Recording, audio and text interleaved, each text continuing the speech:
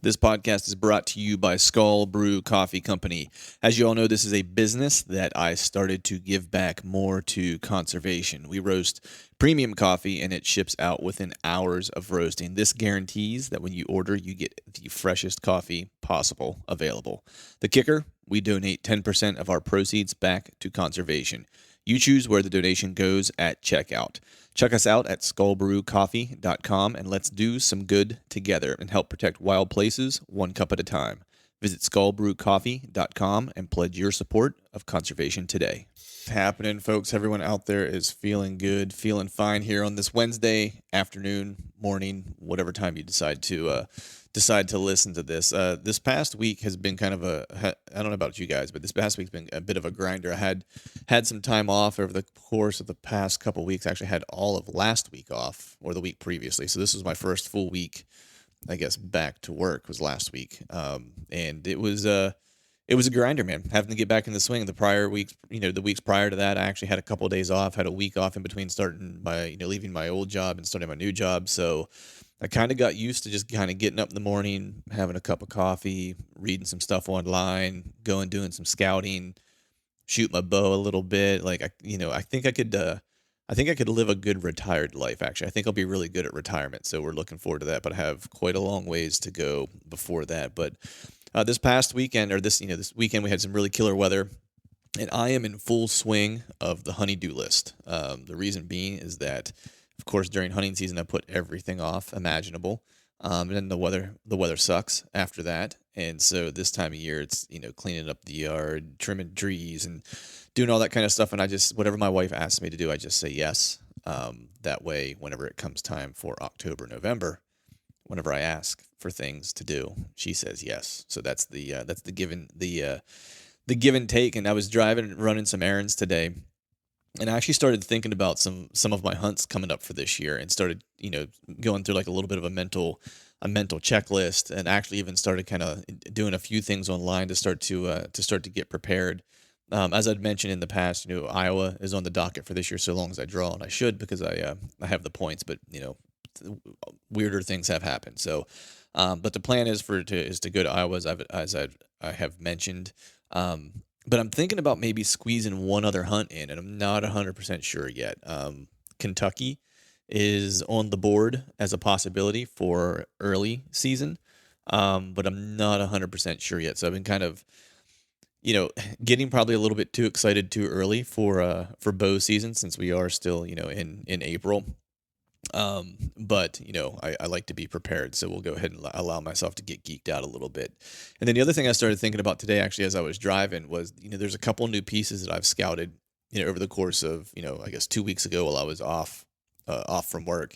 And I've got, those two pieces I scouted, of course, the family property that I of course have access to, and then the swamp that I've been hunting, and then of course, where the public land I'll be hunting in Iowa. So I've got quite a few places that I need to get cameras out on, and I started thinking about some of the new places that I've not hung cameras before, and thinking about camera placements, and actually started to get kind of geeked up and geeked out about that a little bit, knowing that I don't know, man, like the beginning of the season or here, when velvet starts to pop here in just a couple months, all things are possible at that point of the season. It's a 0-0-0 score, as you some would say in the sporting realm. And I just kind of get super excited about it and look forward to that time of year, just to kind of see what the possibilities are, especially this year with, Iowa being completely uncharted territory for me. Have seen some deer from the areas that I'm hunting, of course, through John, because he's hunted some similar areas. So I know what type of deer are in that area, and even some that had made it through previous seasons and so forth. But I don't know, man. I'm just kind of pumped up for this season. I think shooting last weekend with Greg at the range and starting to really kind of get my dialed in with my new release and stuff like that. Really kind of got me pumped up and thinking about the season. But we have turkeys first, and I'm going to make a good college try at some turkeys here whenever our opener rolls around here at the end of April. And I see, slightly jealous of the states that have already opened. I've been seeing some buddies that I know put some birds down in a couple different states. So that of course gets me a little bit excited. I always get excited for turkey season, and then my excitement wanes pretty quickly because I'm awful at it, and so I'm usually slapped in the face with the stark reality of how poor of a turkey hunter I am, and then I just turn my focus back to whitetails. But with that, we have a killer show today. So today is part 2 of Brian Broderick and I's discussion. Brian is, of course, from Day 6 Gear. We had him on the previous podcast, and really this whole thing was recorded at one time. But we had really the front part that I shared last week, or that I put out as episode 115, was really just he and I talking about hunting culture, where he hunts, and, just two dudes talking hunting. And so I wanted to break it up because we talked for quite a while, and I think this segment, Brian and I talk again for probably pretty close to an hour. And this portion is more specifically about, we talk plenty about Day 6 Gear arrows and like the beginning of that, and how they're evolving as a company, and where they're going next in terms of products and stuff like that, and what the premise behind the business model is, and what their focus is. But the other cool part is too, Brian is an entrepreneur. He's been self-employed for a long time. And he even mentioned in part one that, he really went into a type of business, that he knew that he could, manage to make hunting an important part of his life, while he still was able to make a good income for himself and his family. And so I just think he has an interesting perspective as a dude who is a lifelong hunter, a lifelong entrepreneur, and is able to kind of balance all those things at the same time. So we talk a little bit about that business side of things. And for anyone out there who's, thinking of starting a business, or is just in the beginnings of starting a business, I'm in that phase, of course, myself, with the Skull Brew Coffee Company stuff, and which is a brand new gig. And so it was definitely helpful for me to kind of talk to him on the podcast, and of course, talk to him a little bit. We share some texts and stuff like that when I have questions about things. So Brian's just a great dude. We talk a lot about Day 6 Gear, get into the gear, some new products. So you'll hear some of that in this. And without further ado, we'll go ahead and get cracking with Brian. But I want to change gears here, man, because I want to talk a little bit about, the hunting industry, and, what you have going on with Day 6. So, I guess let me start by asking, what was the reason for starting Day 6 Gear? Like, what was the genesis of that? Well, like I said earlier, I'd always planned on trying to do something in the outdoors as I got later in life, and some of my responsibilities started to lessen with regards to, family and finances and things like that. Mm-hmm. And my goal was to always try to be done with the construction industry by 50, mm-hmm. And start to work at that point towards doing something that was more of a quality of life than quality of banking account. Right. So that was always my plan. And, best laid plans, right? So right. Anyway, I guess 3 or 4 years ago,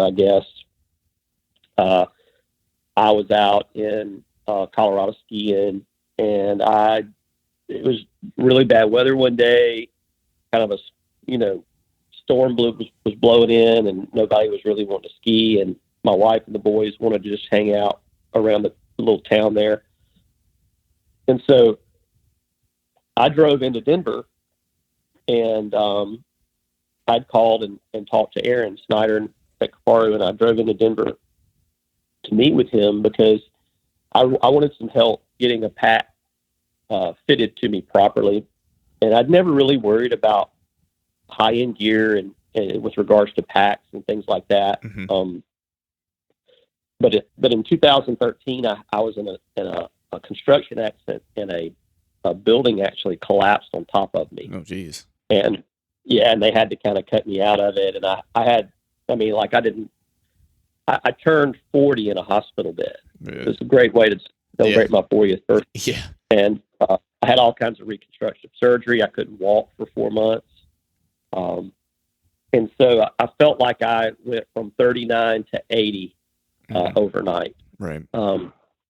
And so I lost a lot of my muscle mass in my legs from atrophy and things like that. So it's been a hard transition into being able to do whatever the heck you want to do, to knowing your limitations. Mm-hmm. So anyway, I went and met with Aaron, and he was just considering getting into trad, and he knew I was a trad hunter.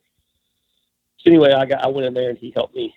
He fit a pack to me and everything, and I ordered what I wanted.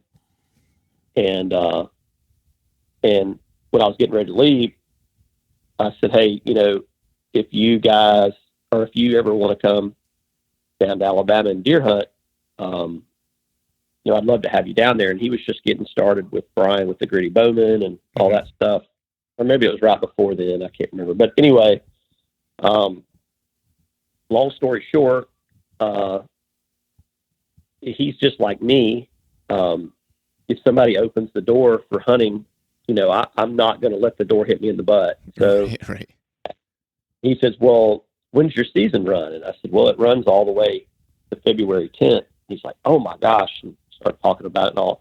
Long story short, he was down here hunting the 1st of February, like 30 days later, 40 days later. So anyway, Aaron and I got to be really, really good friends since then. And he was, he's been gracious enough to invite me on other hunts and stuff he goes on.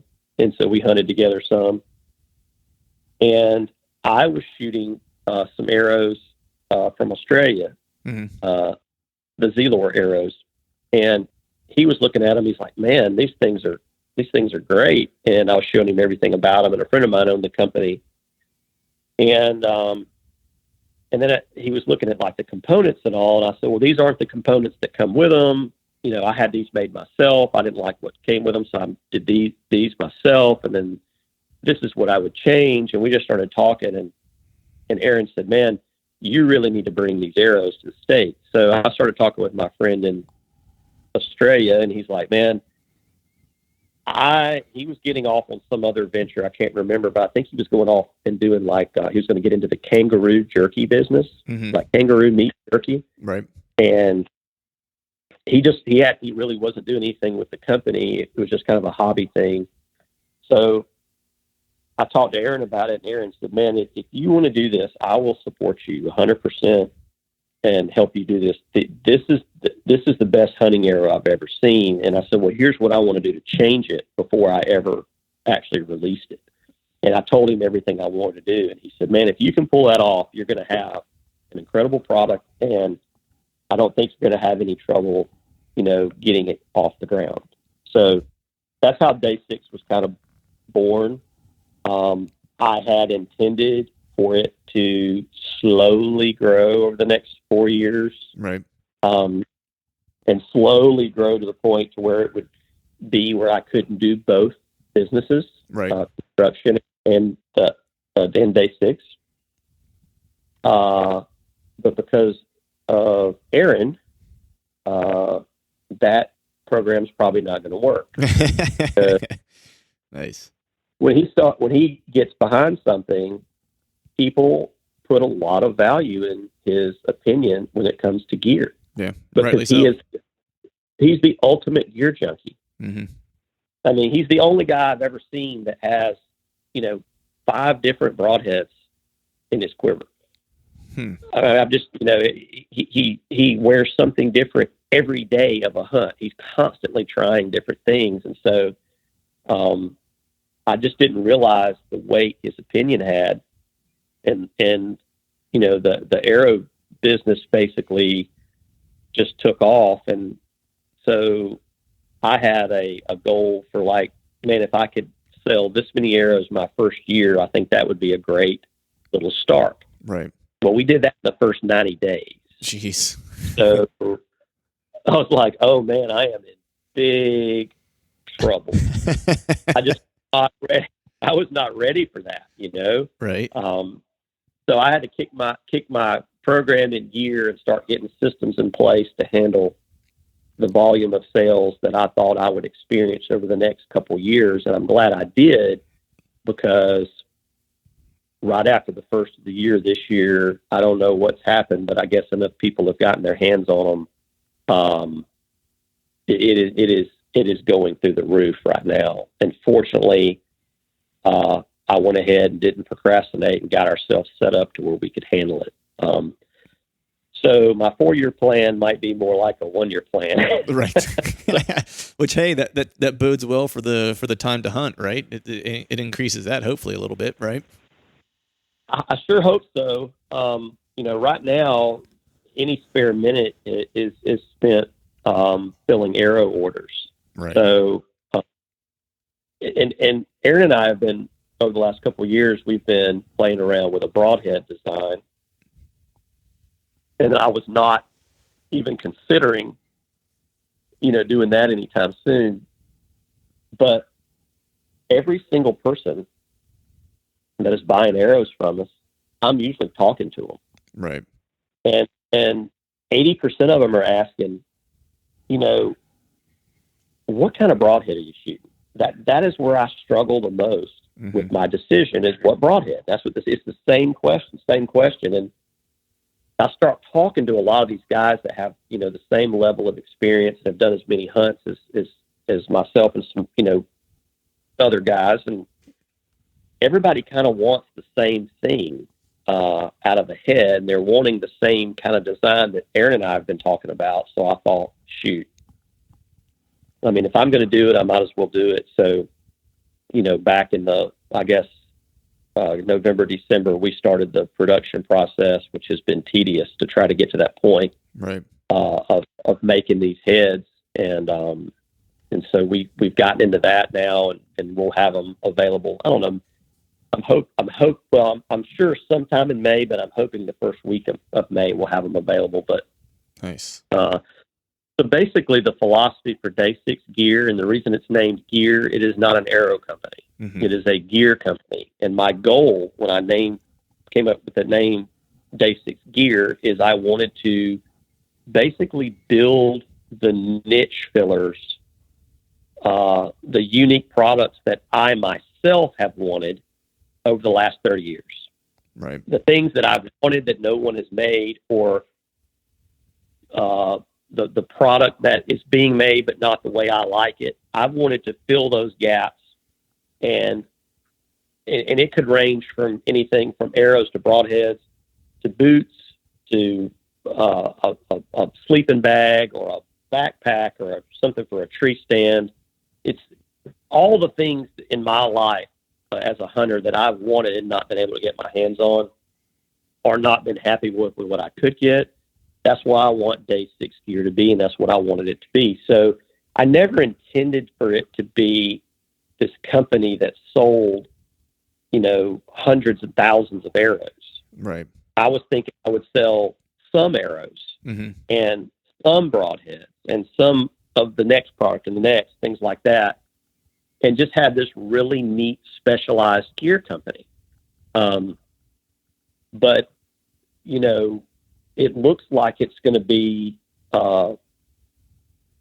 higher volumes as far as each product than I actually anticipated, which is okay. I mean, we can set up to do that, but that's not what it was intended to be. I never had any inclinations or indications that this thing would blow up this fast. So obviously the product is good, because right now, I looked at our report for March, and, you got to realize we're not even a year old yet. So you would think most of our customers would be new customers, but I looked in March, 30% of our customers were repeat customers. That's awesome. So obviously the product is good because these guys are coming back and ordering more. So anyway, I'm blown away with the success that we've had so far, and I'm a little overwhelmed because this is the busiest our construction company has ever been, just because the economy is booming, and we live in an area that is it is the fastest growing area in city county area in the state, and then one of the top fastest growing areas in the country. So we're in a booming economy nationally, and then we're in a booming economy locally where we are. So it's almost a little more than I can handle, to be quite honest with you. Right. No, it's always a blessing and a curse to a degree, right? Whenever it never fails. All things kind of collide at one time, but you're having success on both fronts, which is fantastic. And I'm super happy for you, because I know we've been talking since, probably mid-year last year, and had some, different conversations. And I've been shooting the arrows since, last, I guess, late spring, I want to say, is when I first started shooting them and getting my bow set up for them. And, they're awesome arrows. Like I've been giving it a ringing endorsement since I started shooting them. I don't really have any tuning issues that I used to have in the past with other arrows.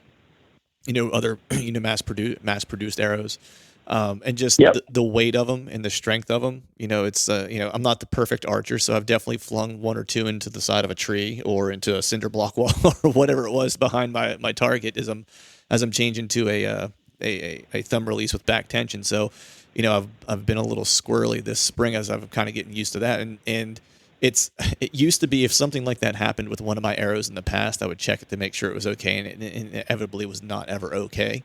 With these ones, it's like it actually takes that abuse, and I'm able to continue shooting them, which is great for a guy who is going to buy a set of arrows and needs them to last. It's like if you have accuracy challenges or whatever, these arrows are going to be able to take a beating.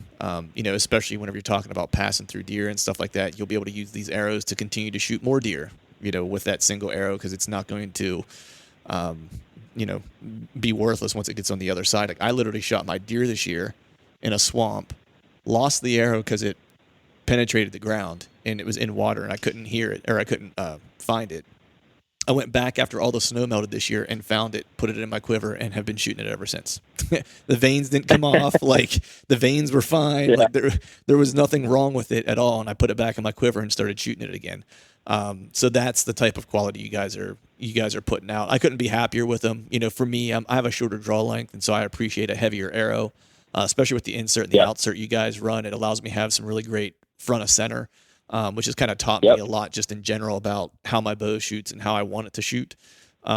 Which has helped my accuracy immensely, just having that front of center be, what it needs to be. And man, the wallop that thing puts on an animal downrange is just, you don't have to worry about whether or not you're going to get a pass through or not. Let's just put it that way. Well, I want to be clear, and we're not building and selling any magic bean here. Oh yeah. It's by design and by construction, that arrow is going to be inherently more accurate because it's going to be more stable, and it's going to fly better, which is what gives you your accuracy. But it's not that these arrows are magic.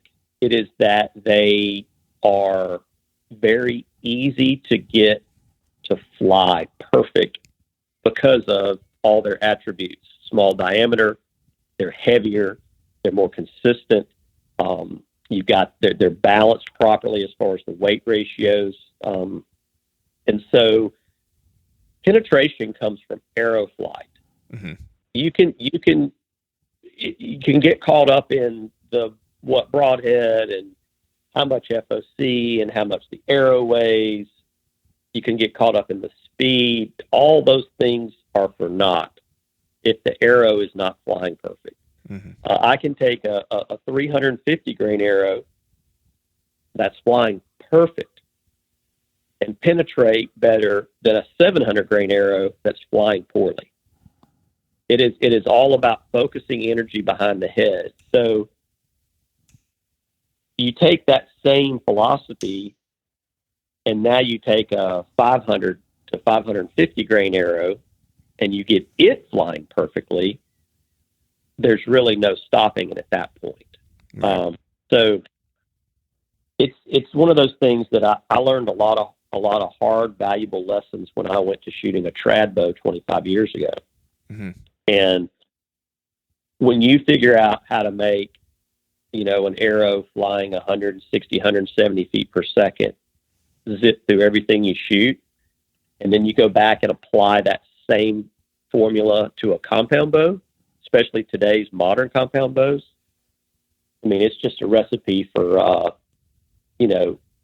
success at a very high level. Mm-hmm. So I think it's important for guys to understand it's nothing magic here. It just helps provide for good arrow flight. And then you have a lot of mass behind it, and that's where you get your penetration. Right.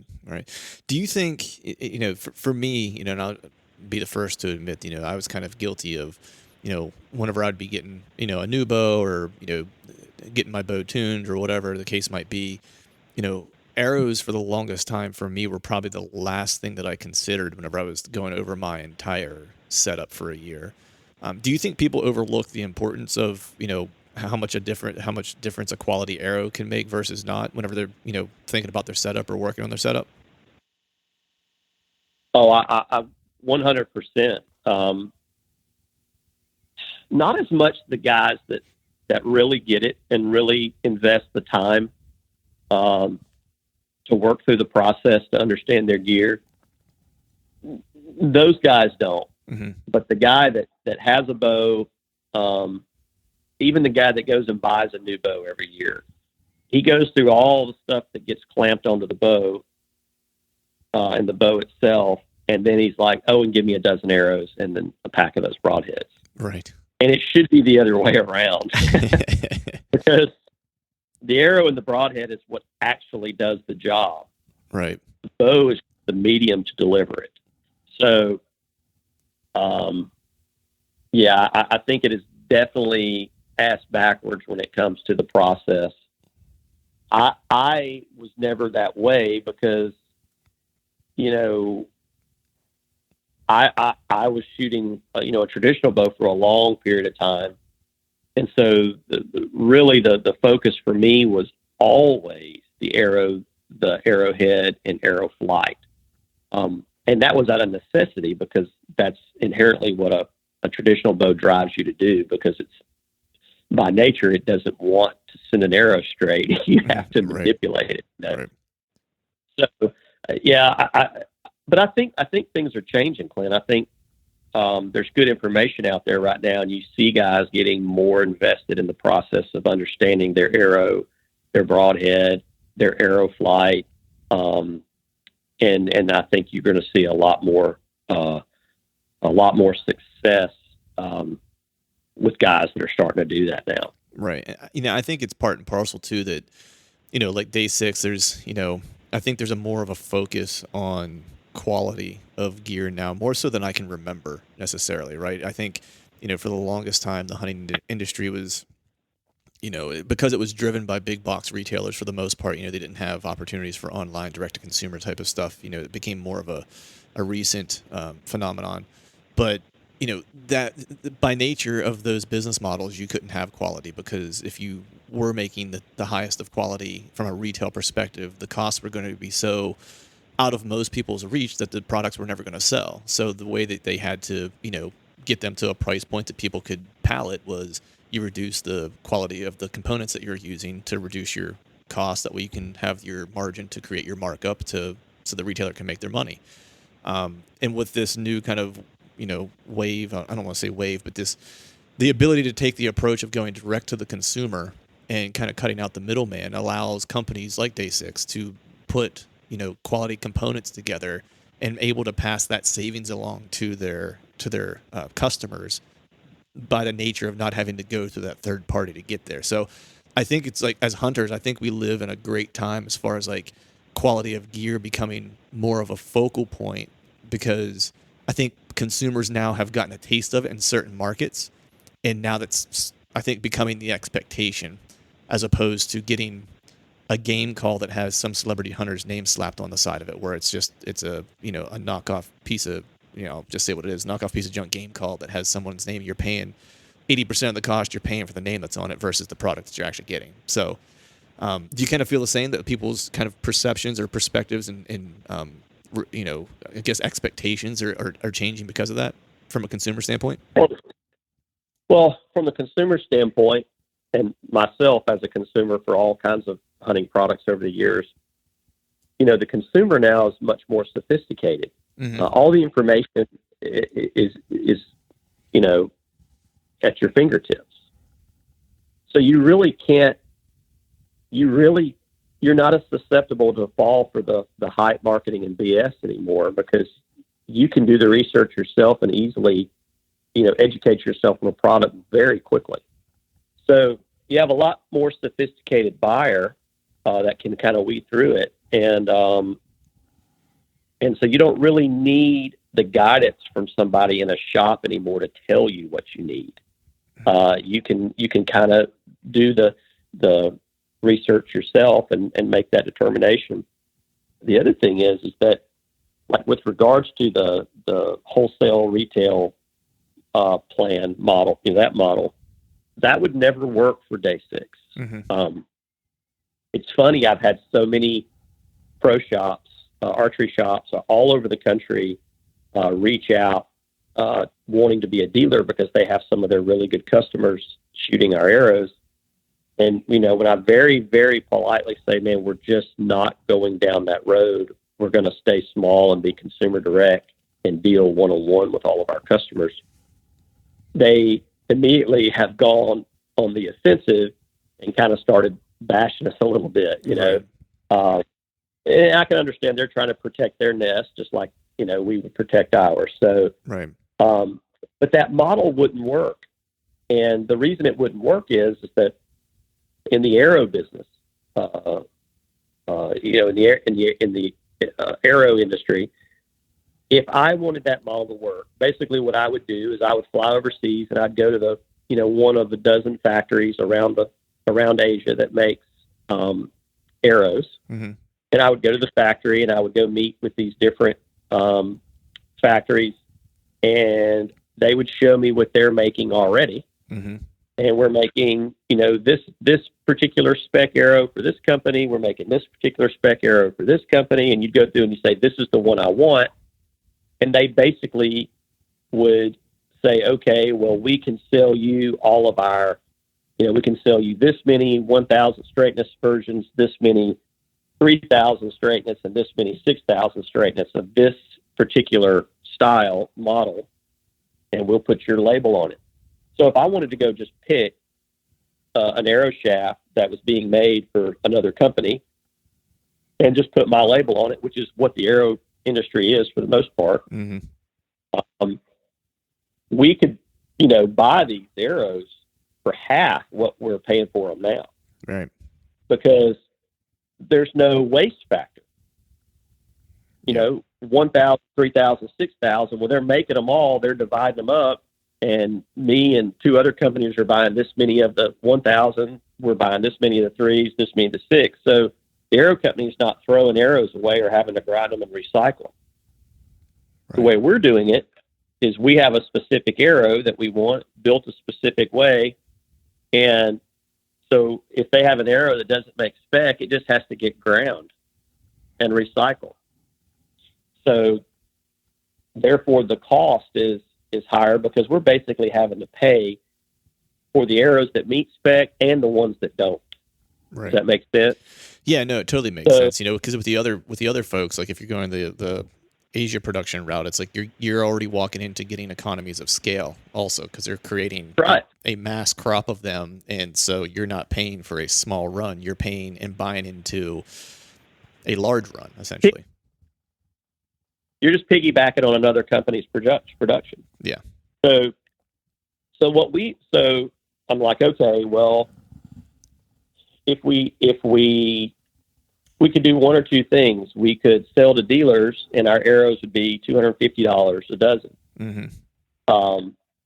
Or we could take that 40% that we would have to, knock off for a dealer markup, and keep our price the same as everything else, and just go direct and sell less. Right. And so that is the model for the arrows, but that model works across the board for any product. Mm-hmm. So let's say the broadheads that I want, I could go to a factory that all they do is make broadheads and then just piggyback off stuff they're already doing, same thing again, and use lesser materials, easier, simpler process, and go that route, sell through dealers, and just be a volume deal. Mm-hmm. But that's not what I want. I want a badass broadhead. Right. I want to use titanium. I want to be able to have these intricate designs that take twice as long in their CNC machine to make. Therefore, they're going to charge me twice as much to make it.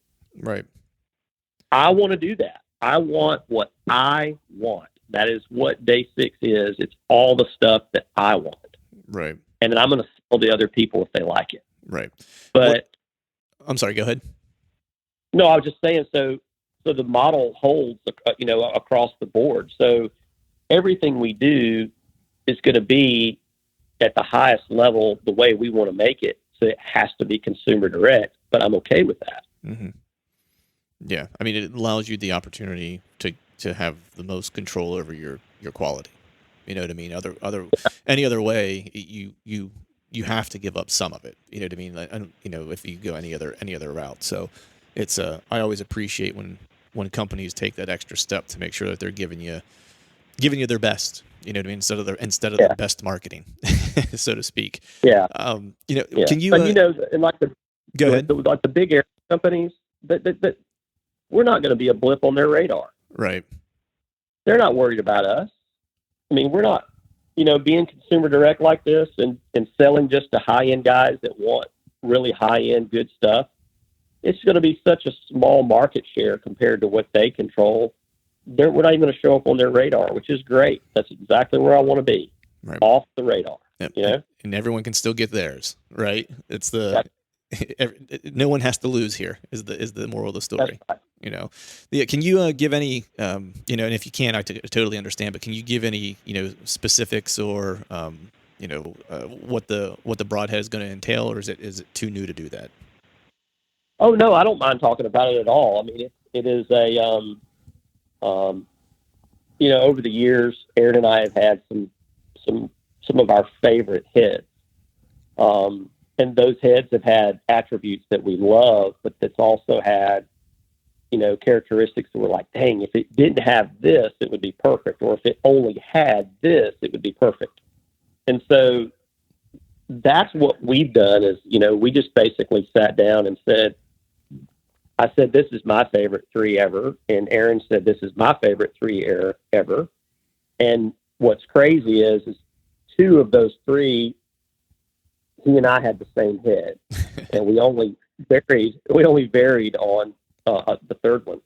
Right. So we started designing, taking attributes from the things we liked and the things we didn't, and just started designing around that. So basically, it's a 2-blade head that has like the Maasai shape, the convex shape. You follow what I'm saying? Yep. And that is both of our favorite shape, and a lot of guys that we use to lean on this. It's our favorite shape head. It's a very easy way to get to a very slight, less aggressive blade angle, without having a broadhead that's 2 inches long. So that's the easiest way to get to a very low profile, non-aggressive blade angle, because having a blade angle that is more parallel with your arrow shaft than perpendicular to it that's the key to hemorrhage and to slicing. It doesn't matter how sharp a blade is, mm-hmm. If the angle of that blade is perpendicular to the arrow travel, you're getting more of an axe effect than you are a knife slice effect. And a slice is how you cut. Right. Literally, if you took a super sharp knife and pushed straight down on your finger, perfectly perpendicular to it, you could cut yourself, but it'd be very hard. It would take a ton of pressure to cut. Right. You'd have to push so hard. But if you take that same knife and you draw it, just use the weight of the knife and just draw it down your finger and slice it right off. Right. So the slicing effect is what creates hemorrhage and creates a better cut. It also is what preserves the sharpness of the blade. It doesn't dull its fast. So anyway, so that's the shape that we wanted. We did want a bleeder, but we didn't want a bleeder at the back of the broadhead where most people put them. We wanted it closer towards the front of the ferrule, because one of the jobs to me that a bleeder should do other than opening up a little bit more of a wound channel. Its main job is to open up the channel for the broadhead ferrule and the arrow shaft behind it. So you don't have a lot of friction. Okay. Mm-hmm. So if you stick this bleeder blade all the way at the back, you basically, the ferrule has to open up that cavity with friction and drag itself until it gets to that blade. Right. So that's one of the things we did. And then the other thing is as you slide it forward, it gives you the ability to elongate that bleeder blade and make it longer than it is wide to, again, lessen that blade angle and make it where it's more of a slice than a hatchet type cut. And then, we were trying to target some weights that have been very difficult to achieve, in the past with other heads. We wanted a solid blade, 100 grain head that was not vented. If we didn't care about having the perfect head, we would have just vented our blades and problem solved. Right. But that's not what we want. Number one, we wanted a solid blade because they're quiet. But number two, it doesn't allow for material to get hung up in those vents and create more drag, hair and meat and bone and things like that get into, the vents. Mm-hmm. So that was one of our challenges as well. So in order to do that, you have to lighten the ferrule. So if we wanted to make the ferrule out of aluminum, like most people do, problem solved. Right. But we don't want aluminum. To me, there's no place for aluminum in a broadhead. So we went to titanium to achieve our lightweight heads, where we're trying to, meet light target weights, but also maintain a solid blade. We had to go to titanium for the ferrules on those sizes, which is expensive. Mm-hmm. So anyway, it was a lot of challenges, and then the ability to go consumer direct instead of having to, discount the head 40% to sell to a dealer. That gives us the luxury to basically build whatever we want. Right. And that's what we do. Nice. So that's kind of the story design in a nutshell of kind of what we were going through in our thought process and trying to achieve. Right. Now, is this going to be just in 100 grain, or are you guys going to have different weight options, or just one weight option? There's actually three. Three. There's 3 blade options. There's 6 weight options. So Okay. we have 100 and 125 grain head that are 1.16 wide. Mm-hmm.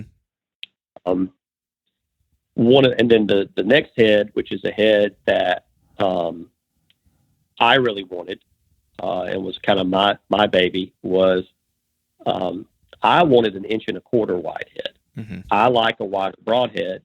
They're not making a lot of them out there because, again, people have been shooting really light arrows. They've been very difficult to tune, and therefore you can't shoot a very big head. That's where all these tiny broadheads have come from. Okay. And of course the, devil itself, the expandable. But anyway, I wanted an 1.25 inch wide head. So we have another blade design that's 1.25 inch wide, and it's going to come in a 125 and a 150. And then our third design is a big old honking trad head, and it's 200 and 250, and it's really, really slick. It's 1 inch and 5/16 wide, but it's right at 2 inches long, and it's strictly a trad head. I mean, guys could shoot out of a compound, of course, if they wanted to, but that's what it was designed for. Right. So we figured if we were going to do it, we're just going to do it all at once. We talked about maybe just releasing the 100 and 125 first and then coming back later next year. And I said, no, we're going to do it. These are our 3 dream heads. Let's just build them and do it all at once. Get it over with. Nice. And when did you say that was coming out? I know you mentioned it earlier in the podcast, but is it March? May. May. Okay. Sorry. Yeah. May. Nice. Yep. In May. Yep. That's awesome, man. So I know I've kept you here about an hour and a half. I want to be sensitive to your time. So before I do that though, is there any what's next for day 6? You got the heads coming out soon. You've got some killer arrows that me along with a bunch of other people have been shooting that are think they're pretty great. What do you guys have? What do you guys have planned for the future? Well, we've got a couple of other things that we're working on, but to be totally honest with you, I have been totally just focused on the arrows and the heads and getting everything perfected, getting production up to a level that we can handle the sales demand. And when I get these heads out in May, and get everything, kind of fine-tuned on those as far as from the production delivery side, I am tapping the brakes a little bit. Mm-hmm. We are going to focus on perfecting our system of delivery to the customer for arrows, broadheads throughout, the rest of the year. And I'm going to hunt some because I did not get into this business to go to shows and wear bedazzled jeans and take selfies. There's no need to ask me. For anybody that's listening, don't send me an email and ask me if I'm going to this show or not, this show or that show. I am not going to the shows. If I'm not filling orders and talking to guys and helping them get what they need, I'm going to be hunting. Nice. That's why I'm doing this. And so I'm going to hunt my butt off this year and just, that's testing for us. And then after the end of this year, we're going to get into looking at a couple other products that we want to do. I would normally tell you what they are, but I'm not going to do that because I can't handle the customer service calls as it is. And and Aaron opened his big fat mouth about the broadheads way too early on his podcast, and it's been overwhelming people asking about them. Right. And so I am not going to talk about anything that we're working on or not working on as far as products because I can't handle it. I'm trying to keep this thing, Clint, where I can talk to everybody that calls. Right. Right. I want to be the guy that signs the checks, but also handles the problems and the complaints with the customers. And then I also want to be the guy that helps customers get what they need. Yeah. And I don't want to get this thing to a point to where I have to hire somebody to represent day 6. I want to talk to every person that calls. Yeah. No, and that's where I'm trying to keep it. No, and that's a good goal, man. And I appreciate your diligence and keeping it to that. So I'll respect your coyness when it comes to additional products. I'll see if maybe in a personal conversation if I can't squeeze 1 or 2 out of them yet at a different date. But with that, right. With that, I'm going to go ahead and let you get going. But before I do that, if you wouldn't mind, let folks out there know where they can find out more about you, more about Day 6. Well, it's Day 6 Gear on Instagram, and it's linked to our Facebook page. I never check it. So if you send me a message on Facebook and I don't answer, it's because I don't ever go on Facebook. You can message me through Instagram. The easiest way to get me is at day6gear.com. Just go to the email contact form thing and send me an email. And I normally respond within an hour. So that's the best way to get us. And I'm happy to help anybody with any skill level from beginner all the way to expert, even perceived expert. Right. So whatever level you're at, I'm happy to help, get you where you need to be. Awesome. And for everyone out there listening, I'll put all the the links to all these places in the blog post show notes associated with this podcast. Brian, thanks for spending your morning with me, buddy. I'll let you get back to your whitetail breakfast of biscuits, gravy, and bacon, I think. Well, now the work starts. I got to go. I got to go fill feeders and start taking down the last of the stands for the year and loosen straps and all that good stuff. So the whitetail woods never end, buddy. It's always something to do. That's right. All right, man. We'll talk to you soon. Thanks. Thanks again. See you. All right, folks, that is a wrap for today's show. I'd like to thank Brian for joining. Be sure to check out day6gear.com and follow them on Instagram. I'd, of course, like to thank all of you for listening as well. And if you haven't yet, please head over to iTunes and leave us a 5-star rating. That would be super rad if you'd be able to do those two things for me. And before we shut this thing down, I need to give a big shout out to our partners that continue to help us make this podcast possible. Exodus Outdoor Gear, Skull Brew Coffee Company, Ozonics, Session Bows, Ramcap Broadheads, Trophy Taker Rests, and Dead Downwind. And until next time, we'll see y'all.